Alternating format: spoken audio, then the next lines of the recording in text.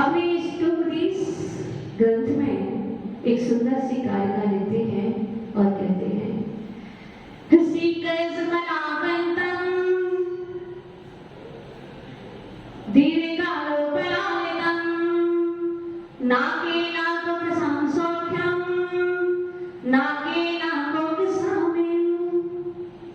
क्या कहते हैं आचार्य?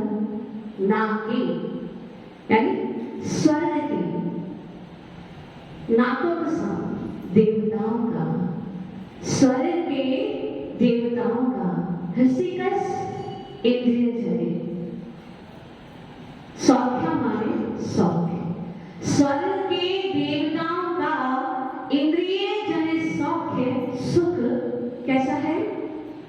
अनंततम बाधा है और दीर्घ काल तक उपाधि तक सेवित किए जाने वाला है। स्वर्ग के देवताओं का जो इंद्रिय जनित सुख है वह कैसा है? बाधा रहित है और दीर्घ काल तक सेवित किया जाने वाला है। नाके नाकों सब और कैसा है? नाके स्वर्ग के नाकों सामने देवताओं के समान ही है। क्या करें आचार्य भगवान? स्वर्ग के देवताओं का जो इंद्रिय जनित सौख्य है वह बाधा रहित है, दीर्घ काल तक सेवित किए जाने वाला है और स्वर्ग के देवताओं के समान ही अनुपम है। ऐसा क्यों? हम सभी जानते हैं कि जो स्वर्ग में जो देवता होते हैं उनका जन्म कैसा होता है? जन्म से ही शुरुआत करते हैं। जन्म कैसा होता है? सुखपूर्वक होता है।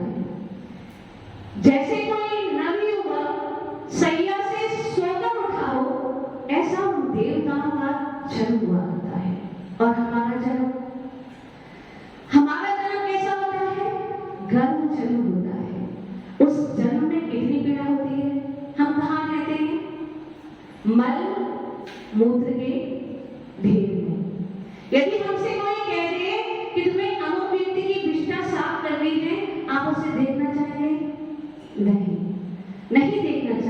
आपको घृणा आएगी। लेकिन 9 मास तक जब कोई शिशु जन्म लेने वाला होता है तो उसे माता के उदर में कहाँ रहना पड़ता है? मल और मूत्र के बीच में रहना पड़ता है। वे सेवन किसका करता है? वे खाता भी वही मल मूत्र है। हम कभी सोच सकते हैं कि मल मूत्र जिसे हम देखना नहीं चाहते उसे खा सकते हैं, लेकिन यथार्थ तो यही है कि पूरे के पूरे 9 माह तक वह शिशु उस विष्ठा का सेवन किया करता है। कितना घृणित है! सोचने में सुनने में हमें घृणा आ रही है, लेकिन हम सब ये करके आए हैं।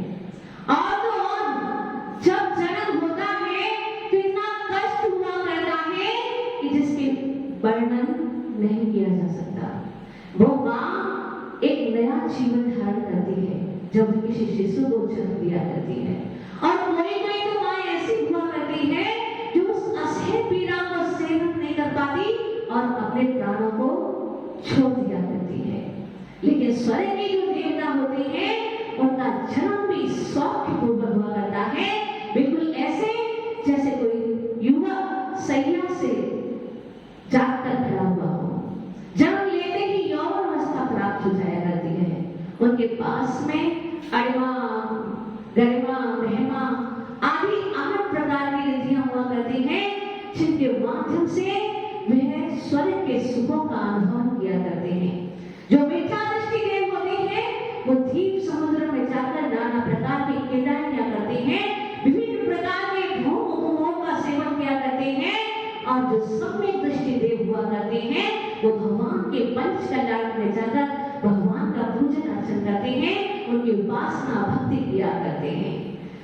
अथवा उनके पंच कल्याण में नंदीश्वर की वाणी में जाकर पूजा किया करते हैं। और क्या जो शरीर के देवता हैं उनका जो शरीर हुआ करता है वो सर्वांग सुंदर हुआ करता है। वे अपने एक शरीर से अनेक शरीर बना लिया करते हैं, अनेक प्रकार की विक्रिया करते हैं और अपने सुखों को अनुभव किया करते हैं। उनका जो सुख है वो बाधा रहित होता है। जब तक उनका मरण नहीं होता है तब तक वो भोग सामग्री का उपभोग किया करते हैं। उनके पास शारीरिक कोई कष्ट नहीं है, किसी प्रकार का बुढ़ापा, रोग आदि वहां पर नहीं है। वे जब से जन्म लेते हैं और जब तक मरण को प्राप्त होते हैं तब तक उनके पास कोई भी शारीरिक कष्ट नहीं होता। उनके पास मात्र मानसिक कष्ट हुआ करता है। और हमारे पास कैसा शरीर है?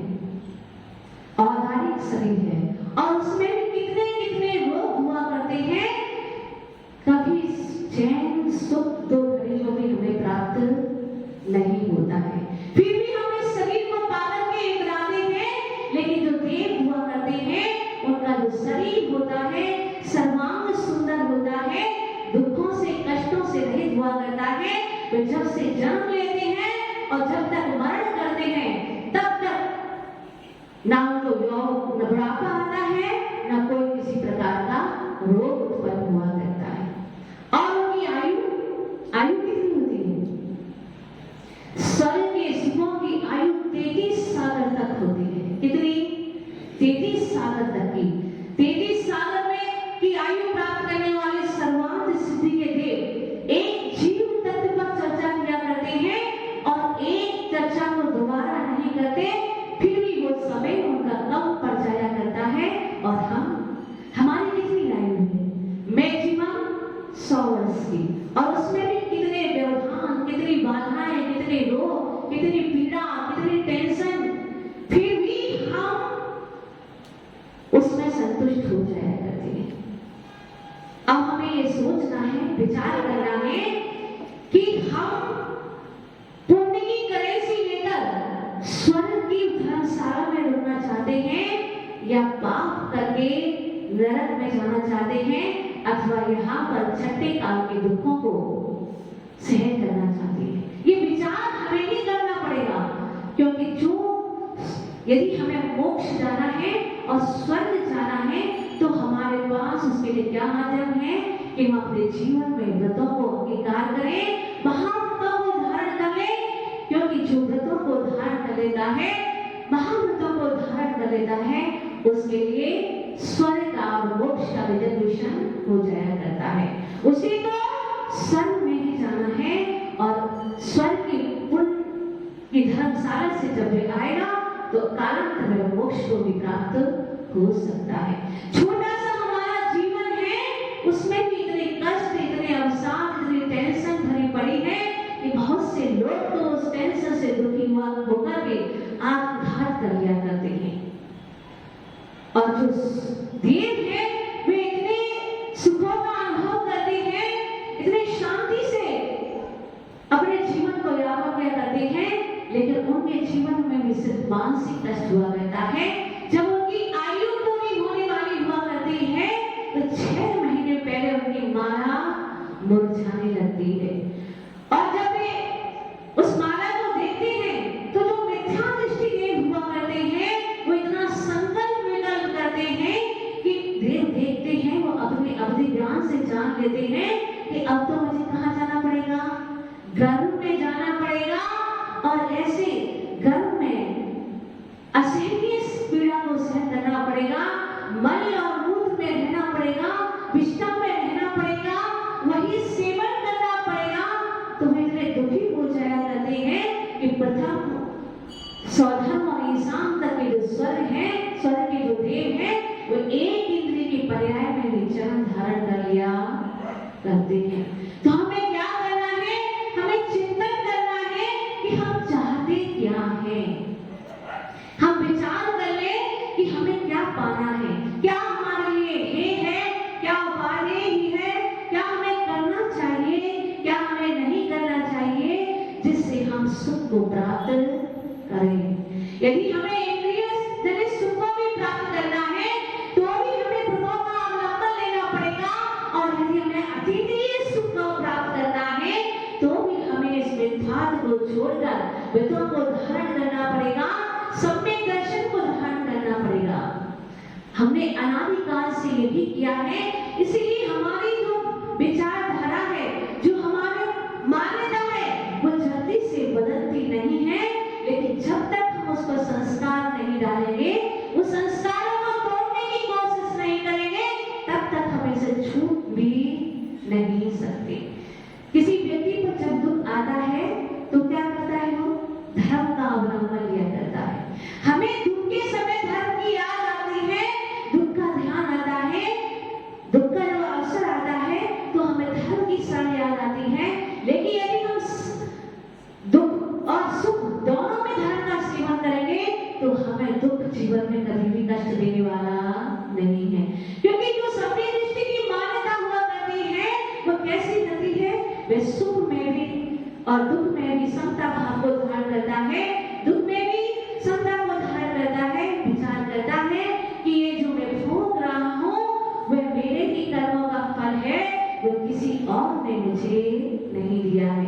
कोई अन्य जीव मुझे ना तो दुख दे सकता है ना सुख दे सकता है, सुख और दुख मेरी मान्यता में है। कोई व्यक्ति ऐसा भी हो सकता है जो सुख में भी आनंद मनाता है और जब दुख आता है तो उसमें भी आनंद मनाया करता है। तो हम विचार कर रहे हैं हमें क्या करना है। बिना कुछ किए कुछ भी मिलने वाला नहीं है। जब तक हम प्रयास नहीं करेंगे, पुरुषार्थ नहीं करेंगे, अपनी सोई हुई आत्मा को जागृत नहीं करेंगे, विचार नहीं करेंगे, मंथन नहीं करेंगे, तब तक हमारा कुछ भी भला होने वाला नहीं है। आज हमारा पुण्य है कि हमें नित्य प्रति गुरुदेव की देशनाम सुनने का अवसर मिल रहा है, जिनवाणी का रसपान करने का अवसर मिल रहा है।